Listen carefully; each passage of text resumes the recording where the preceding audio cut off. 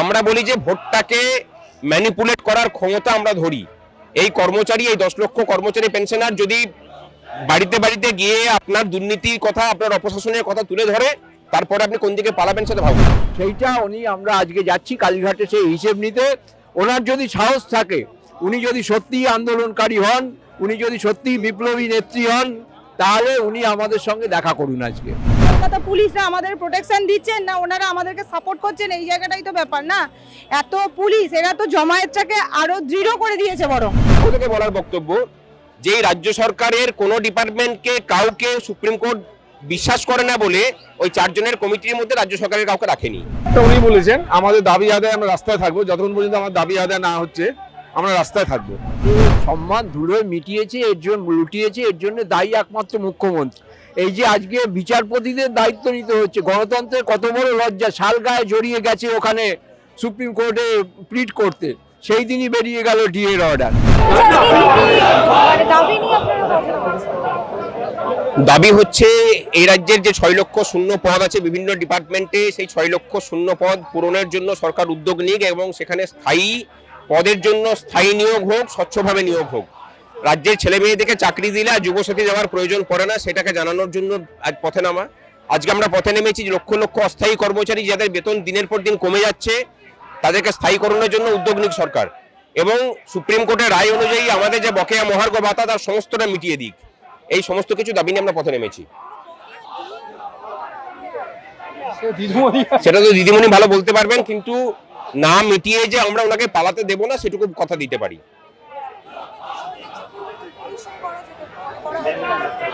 করুক, যা করবে ওনাকে ভোট বাক্সে আমরা যেটা বোঝানো সেটা বুঝিয়ে দেবো। উনি যদি ভেবে থাকেন যে এই 2% বা 3% কর্মচারী পেনশনার আছে তারা আর কি করবে, আমরা বলি যে ভোটটাকে ম্যানিপুলেট করার ক্ষমতা আমরা ধরি।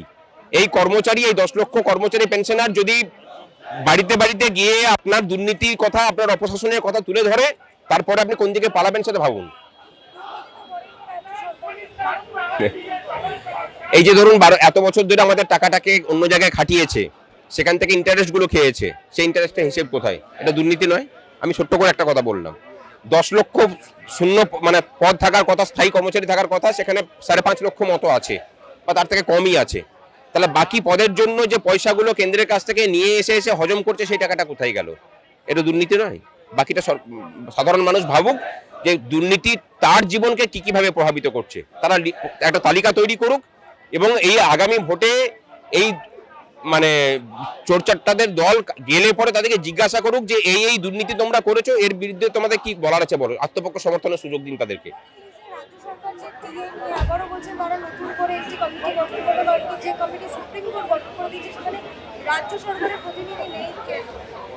সেটা এই বিচারপতিকে গিয়ে পরে মুখ্যমন্ত্রী তো মানে বড় আইনজীবী, তাকে বলুন যে আবার কোর্ট গাউনটা পরে আবার গিয়ে পরে সওয়াল করে সেটা জানতে, মানে কোর্ট কেসটাকে আবার ইয়ে করাক, আবার মেনশন করিয়ে সেটাকে তুলে নিয়ে আসুক, তুলে নিয়ে এসে পর উনি নিজে সওয়াল করুন গিয়ে।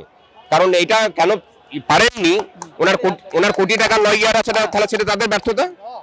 ওনার যে কোটি কোটি টাকা দিয়ে যে লয়ার দিকে পুষেছেন, তাহলে সেটা তাদের ব্যর্থতা যে কেন এই কমিটিতে রাজ্য সরকারের কোনো লোক রাখেনি। আর এটা আমাদের পক্ষ থেকে বলার বক্তব্য যে রাজ্য সরকারের কোনো ডিপার্টমেন্টকে কাউকে সুপ্রিম কোর্ট বিশ্বাস করে না বলে ওই 4 জনের কমিটির মধ্যে রাজ্য সরকারের কাউকে রাখেনি। হ্যাঁ, ভুল কথা বলছেন।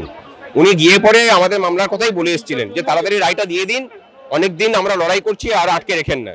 তারপরেই রায়টা দিয়েছে। দেখুন, যেদিন গেছিলেন সেই দিনই রাত্রেবেলাতেই মানে নোটিশ দিয়ে জানিয়ে দেওয়া হয়েছে যে আগামীকালকে রায় হবে। ভালো তো, সেটিং কেন বলছেন? সুপ্রিম কোর্টকে গিয়ে উনি অনুরোধ করে এসেছেন বলুন, এটা আবার সেটিং বলে নাকি? তাই রায়টাকে ত্বরান্বিত করে এসেছেন।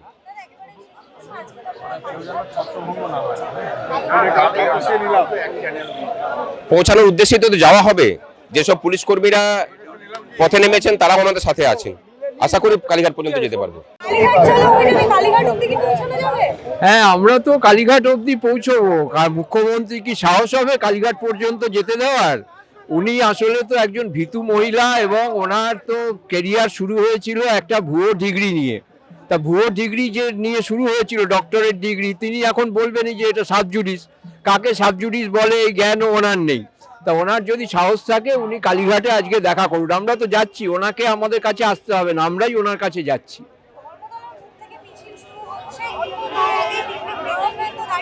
না, সে দাঁড়াতেই পারে, ওনার তো আর কিছু করার নেই। ওনার যতক্ষণ পুলিশ ওনার হাতে আছে ততক্ষণ উনি পুলিশ দিয়ে সব আন্দোলন দমন করে রেখেছেন। আর উনি ভাবেন যে উনি ছাড়া কেউ আন্দোলন বোঝে না, কিন্তু সংগ্রামী যৌথ মঞ্চ 3 বছর ধরে অবস্থান করে বুঝিয়ে দিয়েছে আন্দোলন কাকে বলে।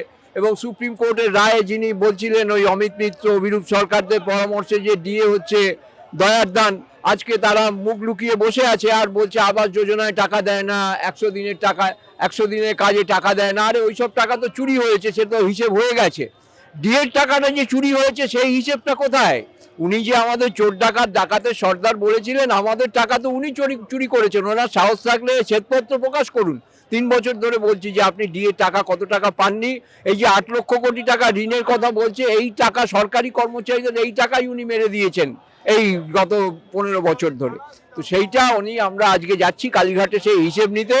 ওনার যদি সাহস থাকে, উনি যদি সত্যিই আন্দোলনকারী হন, উনি যদি সত্যিই বিপ্লবী নেত্রী হন, তাহলে উনি আমাদের সঙ্গে দেখা করুন আজকে। না, যেতে পারে। কিউরিটি পিটিশনে কিসের জন্য যাবে? কিউরিটি পিটিশনে যাক। রাজ্য সরকার ইতিমধ্যে সরকারি হিসেবে 100 কোটি টাকা খরচ করেছে জনগণের করের টাকা, তাও চর খেয়েছে 7 বার, 6 বার সুপ্রিম হাইকোর্ট এবং স্যাটে এবং 1 বার সুপ্রিম কোর্ট, মোট 7 বার চর খেয়েও ওনার গাল এখনো বোধহয় লাল হয়নি। আরও চর খাওয়ার ওনার ইচ্ছে আছে কিউরিটি পিটিশনে, এইসবে আরও গাল লাল করতে চান উনি। এমনি তো দেখা যাচ্ছে যে আমাদের যে অর্থনৈতিক যে সুবিধে দেওয়ার কথা, সেই সুবিধাটা উনি না দিয়ে এইভাবে নানাভাবে রাজ্যের মানুষকে চোর, ভিখিরি এবং মাতালে পরিণত করতে চান। পশ্চিমবঙ্গটাকে রসাতলে দিতে চান। পশ্চিমবঙ্গবাসী এটা বুঝতে পেরেছে, তাদের ভুল বুঝতে পেরেছে এবং আগামী দিনে নিশ্চয়ই তারা এর বিরুদ্ধে ব্যবস্থা নেবে। চাকরি দিচ্ছে না, ডিএ দিচ্ছে না, এদিকে ভাতা দিচ্ছে, বেকার ভাতা। ডবল ডবল চাকরির কথা কে যেন বলেছিল না? ডবল ডবল চাকরি হবে, অমুক হবে, তমুক হবে, কেউ খাবে কেউ খাবে না, তা হবে না, তা হবে না। সে সরকার ডিএ দিতে পারে না, তার ক্ষমতায় থাকার অধিকার নেই, 2010 সালে কে বলেছিল? তার সঙ্গে মিলিয়ে নিন, ওই 2010 সালের কথার সঙ্গে মিলিয়ে নিন যে কে বলেছিল যে রবীন্দ্রনাথ ঠাকুর ফল খাইয়ে 1946 সালে মহাত্মা গান্ধীর অনশন ভেঙেছিল। সে আবার বাঙালির অস্মিতা নিয়ে বড় বড় কথা বলে, আবার অন্য কেউ বললে তার ভুল ধরে। তো এই যে রাজ্যবাসীর আজকে যে সম্মান ধুলোয় মিটিয়েছে, এর জন্য লুটিয়েছে, এর জন্য দায়ী একমাত্র মুখ্যমন্ত্রী। এই যে আজকে বিচারপতিদের দায়িত্ব নিতে হচ্ছে, গণতন্ত্রের কত বড় লজ্জা। শালগায়ে জড়িয়ে গেছে ওখানে সুপ্রিম কোর্টে প্লিড করতে, সেই দিনই বেরিয়ে গেল ডিএর অর্ডার। মানে তারপরে সুপ্রিম কোর্ট বলে দিল যে জাজেদের এতে হবে। লজ্জা থাকলে উনি মেনে নিন এখনো, যদিও ভুয়ো ডিগ্রিধারীদের কোনো লজ্জা থাকে না। দোকান কাটা, উনি নিজেই বলেন দোকান কাটারা রাস্তা দিয়ে যায়, উনিও তাই নিজে, উনি তো খোলা রাস্তা দিয়ে ওই জন্যই যান যে যতই ওনাকে বলা হোক পিট করেছি কুলো আর কানে দিয়েছি তুলো। পিট করেছি কুলো, পিঠ অব্দি তো কেউ পৌঁছতে পারছে না, পুলিশ দিয়ে ঘিরে রেখেছে, এখানে যেমন ভ্যানের কথা বললেন। আর কানে তো কুলো, কানে উনি আটকে রেখে দিয়েছেন, কর্মচারীদের কথা ওনার কানে যায় না। এই তো অবস্থা দাঁড়িয়েছে। নিশ্চয়ই আমরা সবসময় প্রত্যাশী, সবসময় প্রত্যয়ী। প্রিজন মান দাঁড়িয়ে রয়েছে তো কি রয়েছে, যে এত যে কলকাতা পুলিশরা আমাদের প্রোটেকশন দিচ্ছেন না, ওনারা আমাদেরকে সাপোর্ট করছেন, এই জায়গাটাই তো ব্যাপার না। এত পুলিশ, এরা তো জমায়েতটাকে আরো দৃঢ় করে দিয়েছে বরং। সেই জন্যই তো বলছি তারা হয়তো কোথাও একটা চাপে পড়ে আমাদের প্রোটেকশনের জন্য দিচ্ছেন, কিন্তু তারাও কোথাও মানে পরোক্ষভাবে আমাদেরকে সাপোর্ট করেন বলেই এত বেশি সংখ্যক এসেছেন এবং ভিড়টাকে আরো দৃঢ় করছেন। এর পরবর্তী পদক্ষেপ আমাদের অনেক কিছুই আছে, ধর্মঘট আছে, আরো অনেক কিছুই আছে, সেগুলো আমরা সাংগঠনিকভাবে চিন্তা ভাবনা করব এবং সেই রকম আমরা পদক্ষেপ নেব। দাবি নিয়ে পথে নেমেছেন আপনারা? আমাদের বকেয়া ডিএ নিয়ে দাবি নেওয়া আছে, শূন্য পদে লোক নিয়োগ এবং যারা কন্ট্রাকচুয়াল তাদেরকে অবিলম্বে পার্মানেন্ট করতে হবে। এই কটা কমন দাবিকে সামনে রেখেই আজকে কালীঘাট কর্মসূচি আমরা নিয়েছি।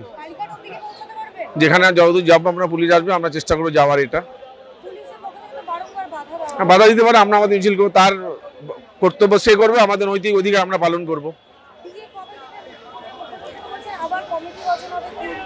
সে ওনারটা উনি বলেছেন, আমাদের দাবি আদায় আমরা রাস্তায় থাকবো, যতক্ষণ পর্যন্ত আমার দাবি আদায় না হচ্ছে আমরা রাস্তায় থাকবো। দেখা হবে, আশা তো আছে দেখা করার, এখন দেখা যাক, সেই আশাতেই তো এগোচ্ছি যাতে দেখা হয়, চেষ্টা করব। ওদের কাজ ওরা করছে, আমাদের কাজ আমরা করব। কেউ কোনোদিন চায়, কিন্তু আমরাও তো চাইবো না যে এখানে আটকে থাকতে, আমরা তো যাবোই। আশা তো আছে, সেই জন্যই তো লড়াই এতদিন ধরে চলছে। উনি ওনার মতো কাজ করুক, আমরা আমাদের মতো কাজ করবো, আমাদের লড়াই চালিয়ে যাবো।